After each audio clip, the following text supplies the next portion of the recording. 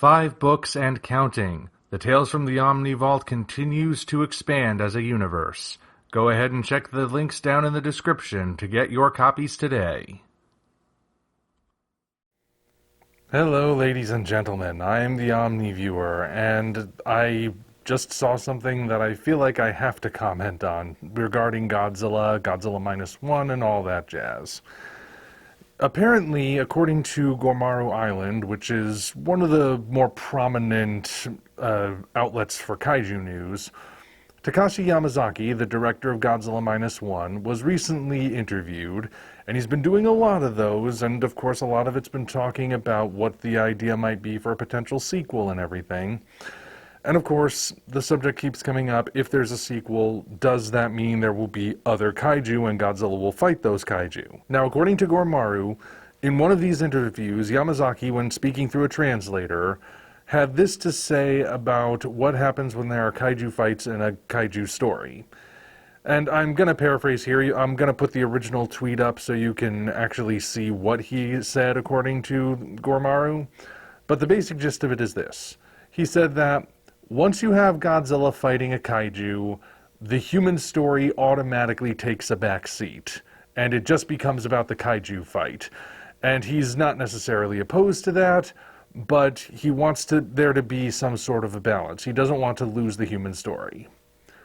Now, there are two sides to this thing that I would like to address. And the first is, of course, his opening statement. The idea that having Godzilla fight another monster automatically means the human plot is lost. Now, again, he said all of this through a translator. Someone was conveying what he was saying into English. So it's possible that maybe something might have been lost in translation. We can certainly acknowledge that.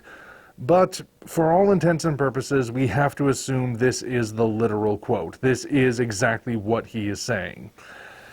And when it comes to that first idea of kaiju fight means human story doesn't matter, well, I'm sorry to say it, but Mr. Yamazaki's just dead wrong.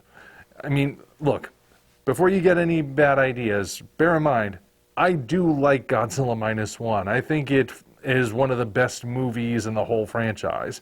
The best? I don't know about that, but it's definitely up there. And of course, a big part of what makes it so good is the fact that there is a strong human plot to it.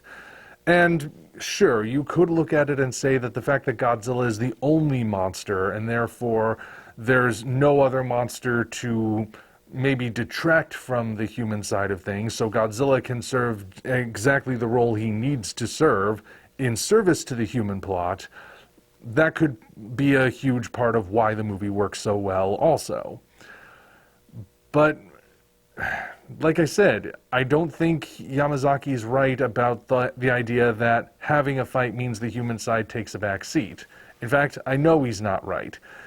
There are plenty of kaiju movies out there that have fights in them, but also have a strong human element. It was present as early as the first Godzilla sequel, Godzilla Raids Again. That was the first movie that actually introduced us to kaiju fights as we know them today, because Godzilla's fighting Anguirus. However, there's also a very strong human story that works in conjunction with it. There's no distraction, really. There's no conflict of which side is going to win out. Will it be the kaiju side that's stronger, or will it be the human side that's stronger? Because they both coexist perfectly in that story. Well, okay, maybe perfectly is a little strong, but if that balance he's talking about is achieved. In fact, you can see that throughout most of the early Showa films, right up until we get to All Monsters Attack, which, yeah, that's the lazy one that panders to kids and whatnot. But I don't think anyone can deny it's a very human story, and it also has a lot of kaiju fights in it as well. Kaiju fights we've already seen for the most part, but all the same. We have that balance.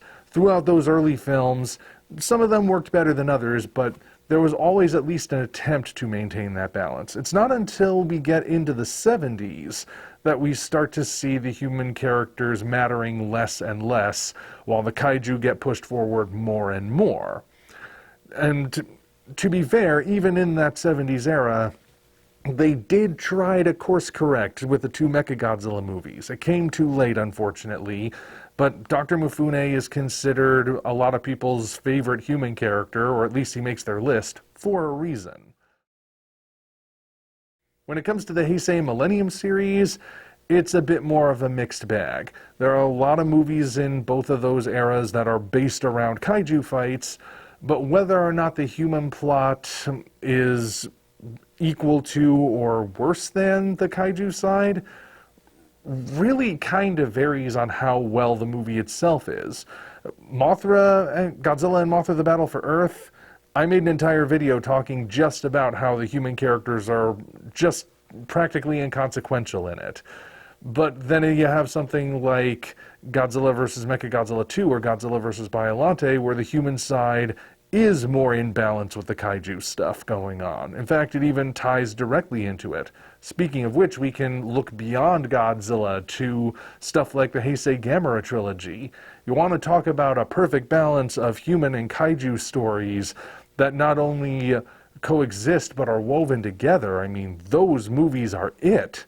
And of course, the director of those films, Shusuke Kaneko, went on to direct GMK, which is another fine example, and also one of the films that directly influenced Yamazaki while making -1. But of course, we can also go in the other direction and show a counterexample. Look at what happened with Shin Godzilla. Shin Godzilla doesn't have any kaiju fights in it. Godzilla is the only monster, then serves as the antagonist, but the human side of that story is totally lacking. There is nothing of substance in there other than watching all of the characters trying to figure out what to do about Godzilla. Now, clearly, since there's no kaiju fight, that can't be the thing that's causing the human element to take a back seat. So what did cause it? Well, it was caused by a deliberate choice from Anno and Taguchi not to focus on that. And I personally think it was to the film's detriment, and I've been saying that for quite a while now. I know people say that that was the point, and if I'm really trying to claim that it should have been a human story, I'm missing what Shin Godzilla was really about. I wonder how many people still think that after watching -1, but that's a subject for another day. The main point is, we can see, in no uncertain terms, that just having a kaiju fight in a movie does not mean the human story automatically takes a hit. There is plenty of evidence that it can be balanced. When it's not balanced, that's because the filmmakers specifically chose to just sort of treat the humans as if they don't matter. Either there just wasn't enough time devoted to them, or they were specifically written to be inconsequential, or whatever. Now, for my own part, I do not believe that the kaiju should be treated as special effects. I've always said from the very beginning, the kaiju are characters just as much as the human characters. So having their stuff be well told is not in and of itself a bad thing. And if their side is well told while the human side might not be, I mean, that's unfortunate that the human side doesn't work, but at least we still have the kaiju side. And if the kaiju side doesn't work, then the whole movie is a waste. But point is, having the kaiju fight is not a detriment to the human plot. The human plot is only harmed by the people who are telling the story, and who, for one reason or another, simply don't give them the attention they should get. Now, having said all of that, let's look at the rest of the quote, in which Yamazaki, as stated, says he doesn't think there's anything wrong with having kaiju fights, but he does say that the challenge for him is to find the balance. And I think that's significant. Again, we're assuming that this is a literal translation, that this is exactly what he said, and no subtleties or anything might have been lost. So if he's saying the challenge for him is to find the balance, maybe he really means it's a challenge for him. And I think I can certainly understand that. After all, fans are drawn to Godzilla movies for Godzilla, so are people who are called to make these movies. I mean, ideally anyway, they should at least be somewhat of a fan. They shouldn't be hired thinking, oh, well, these movies are terrible, I'm not going to put any effort into them, because, you know, we're going to tell if they don't care. But Yamazaki, of course, is a Godzilla fan. And I think as a Godzilla fan, what he might be expressing here is that there is a temptation to put all the focus on Godzilla, to have him be so prominent and his battle with another kaiju be so central to the film that perhaps the other stuff falls to the wayside. And he knows that there are movies out there like that, where the main focus is on Godzilla and the humans are just there to move the plot along until Godzilla shows up. He's not trying to make that kind of movie. He wants to make a movie where, as mentioned, there is balance, where the kaiju stuff matters and the human stuff matters, and they both matter equally. And I think that should actually be the primary takeaway from all of this.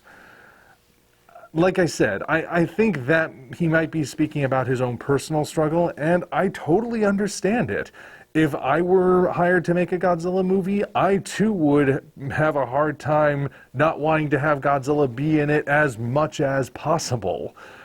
And who knows, even I might struggle trying to figure out how to make the human characters really work.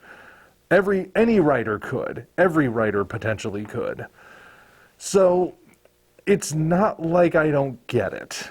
And I'm not trying to call him out and say, no, he doesn't know what he's talking about. Take away the franchise from him because he might not be able to make Lightning Strike twice. I'm not saying that at all.